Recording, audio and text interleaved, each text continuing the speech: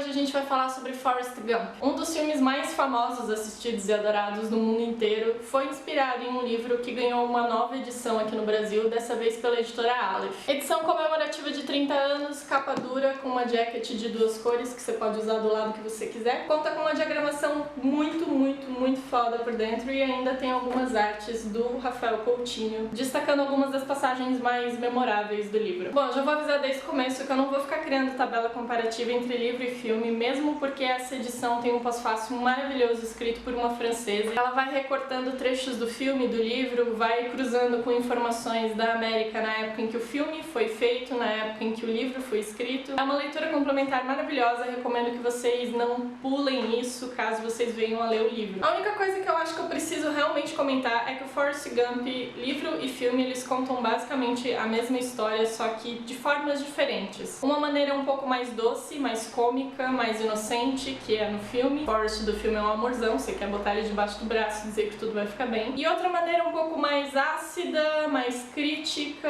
ainda que cômica também. Forrest é um cara que ele viveu muita coisa na vida dele e ele parou pra contar a própria história, por mais mirabolante que seja, mesmo que ninguém dê crédito pra ele e diga que nada daquilo é possível pra um cara como ele. Agora, o que é um cara como ele? Ele tem uma condição de idiotismo ou savantismo, que é a síndrome do sábio ou do idiota prodígio. O savantismo é considerado um distúrbio psíquico com o qual a pessoa possui uma grande habilidade intelectual aliada a um déficit de inteligência. Tais habilidades são sempre ligadas a uma memória extraordinária, porém com pouca compreensão do que está sendo descrito. Isso aqui é do Wikipedia, tá? Mas assim, vale a pena citar porque ajuda a gente a entender como é o Forrest. Ele não consegue amarrar uma gravata, isso é citado em uma parte do livro, mas ele consegue fazer cálculos avançados de matemática e ele tem uma habilidade incrível pra música. Ele sempre viveu debaixo do estigma de idiota, ele tem um QI de 70, se eu não me engano, e ele acha que ele não nasceu pra grandes feitos, que ele não tem capacidade pra isso. Mas o livro prova que ele explorou muito além do potencial dele. No livro ele é descrito como um cara de 2 metros de altura com mais de 110 quilos, né, tipo o dobro, né, do Tom Hanks. E ainda no colégio ele foi promovido a prodígio do futebol americano, ele era muito foda nisso. Só que aí as notas dele em outras matérias não vão muito bem e ele acaba perdendo a bolsa e é expulso da faculdade. E isso leva ele pra próxima grande aventura, que é ir para o exército, servir na guerra do Vietnã. Dali pra frente, cara, é tipo uma coisa mais maluca do que a outra. Tem algumas cenas que são muito engraçadas por conta da inocência dele a respeito de saber quais são as consequências de alguns atos ou de alguns comentários que ele faz. Por exemplo, quando ele vai cozinhar pro exército e ele resolve fazer isso numa caldeira. E aí a caldeira explode e suja todo mundo. Eu dei mais risada do que deveria nessa cena. Tem também uma cena que acho que aparece até no filme, que ele fala na frente de todo mundo, num discurso e tal, ele fala que ele quer fazer xixi. Também tem quando ele diz que a guerra é uma merda. E tem um determinado trecho do livro também que ele vai pra China Vermelha, ele chama de China Vermelha, né, seria a China comunista. Ele vai pra lá pra competir no campeonato de ping-pong. Ele acaba salvando o líder do país e as pessoas, os americanos, brigam com ele porque ele não deveria ter salvo o cara, era um grande inimigo. Mas o Forrest sempre seguia por uma coisa que um amigo dele falou, que é tipo tentar fazer a coisa certa. Geralmente ele tenta fazer a coisa certa e é punido por causa disso, mas tudo bem. Esse trecho é de uma carta que um amigo dele escreve pra ele logo depois da guerra e fala: essa guerra não é pra você nem pra mim e eu estou bem aqui longe dela, como tenho certeza de que você estará com o tempo. A pergunta crucial é: o que você vai fazer? Não acho que você seja idiota coisa nenhuma. Talvez pela medida dos testes ou pela opinião de tolos, você possa se encaixar em uma categoria ou outra, mas lá no fundo, Forrest, eu vi aquela faísca brilhante de curiosidade ardendo intensa em sua mente. E ele acaba acatando esse conselho, tentando usar isso como base também pra vida dele, e as habilidades dele com matemática e música acabam levando ele pra vários lugares do mundo, e até do espaço, pra falar a verdade. Tem um trecho em que ele sai do planeta Terra com um plano lá da NASA, vai ele, uma mulher e um macaco. E aí depois na volta a nave cai numa terra de canibais e ele fica por lá 4 anos. Sim, isso tudo acontece no mesmo livro, e é tudo no fluxo de pensamento do Forrest, então ele vai fazendo as conexões das coisas que ele acha que combinam pra falar, sabe? Um assunto vai puxando o outro e quando você vê, você tá ouvindo ele contar a história da própria vida. Sempre no tom de voz dele, é ele que tá narrando. O livro fala do relacionamento dele com a Jenny, que é a garota por quem ele é apaixonado desde a infância, mas o autor ele trabalha o relacionamento dos dois de uma forma diferente, muito menos feitos um pro outro, não importa o preço, que é o que a gente vê no filme, e muito mais peças que se encaixam e desencaixam com o passar do tempo, sabe? Eles têm encontros e desencontros durante a vida, porque eles estão em momentos diferentes, prioridades e perspectivas diferentes das coisas. E isso é como a vida real é, certo? Inclusive o desfecho dos dois é muito menos dramático e muito mais realista. Falando em desfecho, mas sem citar nenhum spoiler, tá? Esse vídeo não tem nenhum spoiler. Tem uma parte em que o Forrest, ele olha pra trás, percebe que ele não tem mais tempo pra ele e que as coisas que ele gosta de fazer foram deixadas de lado por conta das coisas que ele tinha que fazer. E a vida tava passando por ele sem ele perceber. Eu acho esse trecho importante porque mesmo ele, que viveu uma vida mirabolante, cheia de coisas, chegou no ponto que a gente mais teme, que é ver a vida passando na nossa frente sem a gente fazer nada. A gente trabalha tanto, sabe? Trabalha duro e tenta sempre fazer a coisa certa, e apreciar a nossa jornada é o mínimo que a gente devia fazer. O Forrest aproveitou sim muita coisa da vida dele, mas chega um determinado ponto que ele vê que ele tá só vivendo dia após dia. Saber identificar e, claro, se você quiser tomar alguma atitude a respeito disso, é importante. Faz com que a gente não chegue num ponto da vida e se frustre com tudo que passou. Enfim, são coisas para pensar. Vale também citar e parabenizar a tradução do livro feita pela Aline